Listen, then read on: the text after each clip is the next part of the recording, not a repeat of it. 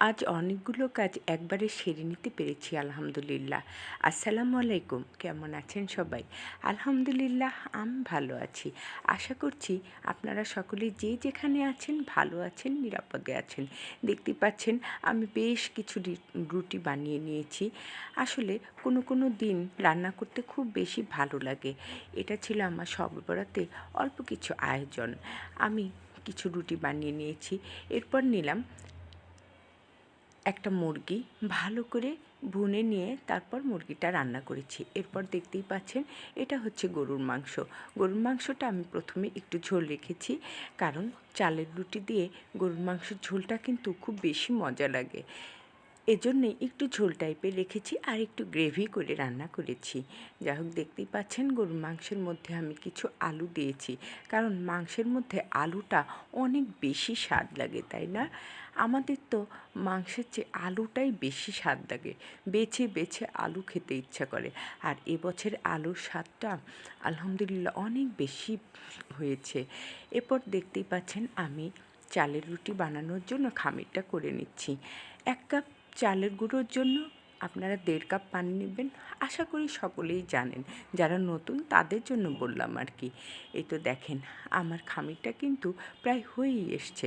আমি আবার একটু নেড়ে চেড়ে মিনিট 3 রেখেছিলাম প্রথমে, তারপর আবার একটু নেড়ে চেড়ে আবার কিছুক্ষণ দমে রেখে দিয়ে এরপর নামিয়ে রেখেছি।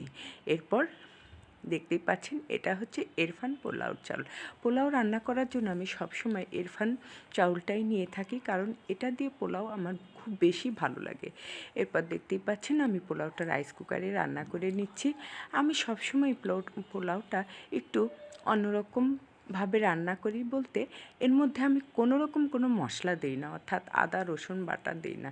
আমার এইভাবেই পোলাওটা খুব বেশি ভালো লাগে, কারণ মনে হয় চাউলের ফ্লেভারটা খুব বেশি উপভোগ করতে পারি। যা হোক, এরপর দেখতেই পেলেন আমি এর মধ্যে ফুটন্ত পানি দিয়েছি।